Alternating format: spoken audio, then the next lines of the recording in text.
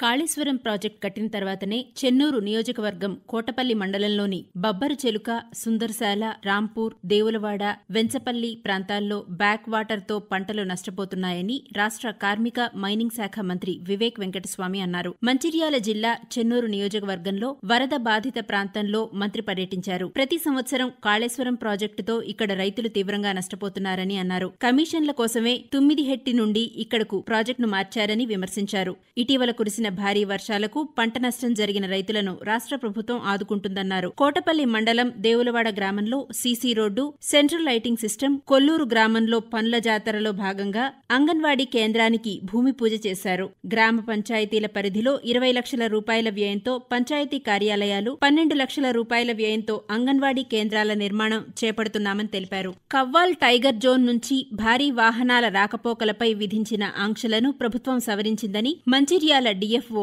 శివ్ ఆశిష్ సింగ్ తెలిపారు. Tiger zone పరిధిలో ఉదయం 6 నుంచి రాత్రి 9 గంటల వరకు భారీ వాహనాల రాకపోకలకు అనుమతులిచ్చిందన్నారు. రాత్రి 9 గంటల నుంచి ఉదయం 6 గంటల వరకు ఎలాంటి అనుమతి లేదని స్పష్టం చేశారు. ట్రాన్స్పోర్ట్ వాహనాలు సహా జీపులు, కార్లకు చెక్పోస్టుల వద్ద ఎంట్రీ ఫీజు ఉంటుందని తెలిపారు. కాళేశ్వరం కమిషన్ రిపోర్టుపై అసెంబ్లీలో చర్చ జరగాలని బీజేపీ రాష్ట్ర అధ్యక్షుడు ఎన్ రామచంద్రరావు అన్నారు. మంచిర్యాల జిల్లా లక్షటిపేటలో జరిగిన రైతు సమ్మేళనం కార్యక్రమానికి వచ్చిన సందర్భంగా రామచంద్రరావు ఆసక్తికరమైన వ్యాఖ్యలు చేశారు. బీజేపీలోకి ఎవరు వచ్చినా ఆహ్వానిస్తామని అన్నారు. బీసీ రిజర్వేషన్ల పేరు మీద కాంగ్రెస్ టైంపాస్ చేస్తుందన్నారు. బీసీల రిజర్వేషన్లపై తాము మొదటి నుంచి ఒకే స్టాండ్ మీద ఉన్నామని ఆయన స్పష్టం చేశారు. మంచిర్యాల జిల్లాలో కాంగ్రెస్ పార్టీ ఆధ్వర్యంలో క్విట్ ఇండియా దినోత్సవం నిర్వహించారు. జాతీయ జెండాను ఎగురవేసి స్వతంత్ర పోరాటంలో అమరులైన ఉద్యమకారులను, స్వతంత్ర పోరాట యోధులను స్మరించుకున్నారు. ఈ సందర్భంగా కాంగ్రెస్ పార్టీ నాయకులు మాట్లాడుతూ బ్రిటిష్ పాలకులను ఈ దేశం నుండి తరిమికొట్టాలనే ఉద్దేశంతో కాంగ్రెస్ పార్టీ ఆధ్వర్యంలో 1942 ఆగస్టు 8న బొంబాయిలో క్విట్ ఇండియా ఉద్యమాన్ని ప్రారంభించారన్నారు. క్విట్ ఇండియా ఉద్యమానికి మహాత్మాగాంధీ, సర్దార్ వల్లభాయ్ పటేల్, మౌలానా ఆజాద్, జవహర్లాల్ నెహ్రూలు నాయకత్వం వహించారన్నారు. స్వతంత్ర పోరాటంలో ఆఖరి ఉద్యమం క్విట్ ఇండియా ఉద్యమమని, దాంతోనే మన దేశానికి స్వతంత్రం వచ్చిందని అన్నారు. దేశంలో ఎన్నికల నిర్వహణను ఈవీఎంల ద్వారా కాకుండా బ్యాలెట్ పద్ధతిలో చేపట్టాలని ఎన్నికల కమిషన్ను ఏఐసీసీ నాయకుడు రాహుల్ గాంధీ కోరితే బీజేపీ తప్పుపట్టడం విడ్డూరంగా ఉందని రాష్ట్ర కార్మిక, మైనింగ్ శాఖ మంత్రి వివేక్ వెంకటస్వామి అన్నారు. ఎన్నికల సమయంలో ఈవీఎంలు హ్యాక్ అవుతున్నాయని, బ్యాలెట్ పద్ధతిలోనే ఎన్నికల ఓటింగ్ నిర్వహించాలని అన్ని పార్టీలు కోరుతున్నాయన్నారు. మంచిర్యాల జిల్లా చెన్నూరు నియోజకవర్గంలో పర్యటించిన మంత్రి రెవెన్యూ, పంచాయతీరాజ్, మున్సిపల్ ఆఫీసర్లతో వివిధ అభివృద్ధి పనులపై రివ్యూ అనంతరం మీడియాతో మాట్లాడారు.